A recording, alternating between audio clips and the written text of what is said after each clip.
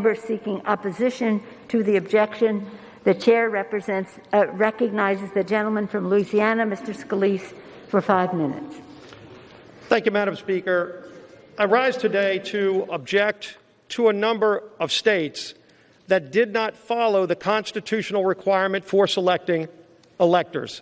Madam Speaker, this is something that is clear that our founding fathers debated about as a fundamental decision of how we choose our president.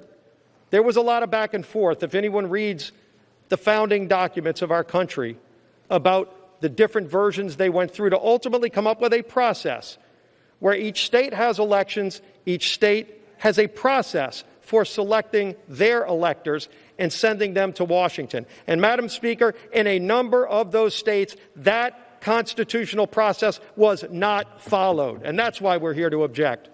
If you look at what the requirement says, nowhere in Article 2, Section 1 does it give the Secretary of State of a state that ability. Nowhere does it give the governor that ability. Nowhere does it give a court that ability. It exclusively gives that ability to the legislatures. And in fact, in most states, that's the process that was followed. But for those states that this wasn't followed, unfortunately, this is not new. We've seen over and over again more states where the Democrat Party has gone in and selectively gone around this process. That has to end, Madam Speaker. We have to follow the constitutional process. Now, there might be reasons why some people don't like the process laid out by a legislative body. Madam Speaker, I served on one of those legislative bodies when I was in the state legislature for 12 years. I served on the House and Governmental Affairs Committee where we wrote the laws for our state's elections. And I can tell you, when we had to make changes, those were extensively negotiated. We would have people on both sides come, Republicans and Democrats, Madam Speaker, would get together to work through those changes, any minute change, to how a precinct would function, to how a change would be made in the time of an election, signature requirements, all the many things that involve a clerk carrying out the duties in each parish, in our case. You would see people come and give testimony. Madam Speaker, both sides could come. Clerks of court were there in the hearing rooms. It was an open process, by the way, not behind closed doors in a smoke-filled room where somebody might want to bully a Secretary of State to get a different version that might benefit them or their party or their candidate. That's not what our founding fathers said is the process. Maybe it's how some people wanted to carry it out, but they laid out that process. And so when we would have to make those changes, they were in public view. They were heavily debated.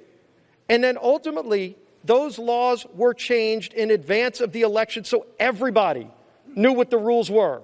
People on both sides knew how to play the rules before the game started, not getting somewhere in the process and saying, well, you don't think it's going to benefit you, so you try to go around the Constitution. That's not how our system works. It's gotten out of hand. And so President Trump has called this out. And President Trump has stood up to it. So many of us have stood up to it. And in fact, over 100 of my colleagues, Madam Speaker, asked the Supreme Court to address this problem just a few weeks ago. And unfortunately, the court chose to punt. They didn't answer it one way or the other. They didn't want to get in the middle of this discussion. We don't have that luxury today. We have to discuss this. We have to fix this. In fact, on our first full day of this Congress, many of us brought legislation onto the House floor to start fixing the problems with our elections, to restore integrity to the election process, which has been lost by so many millions of Americans. And we had a vote. Every single Republican voted to reform the process. Every single Democrat voted against it. They don't want to fix this problem. But the Constitution is our guide. And it's time we start following the Constitution. It's time we get back to what our founding fathers said is the process for selecting electors. That's the legislatures. In public view, not behind closed doors, not smoke-filled rooms, not bullying somebody that might give you a better ruling. Let's get back to rule of law and follow the Constitution, Madam Speaker, and I yield back the balance of my time. Gentleman's time has expired. For what purpose does the gentlewoman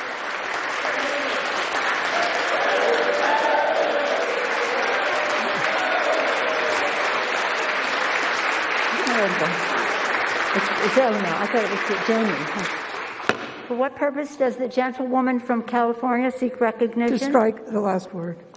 Without objection, the gentlewoman is recognized for 5 minutes. Madam Speaker, this day marks a crossroads.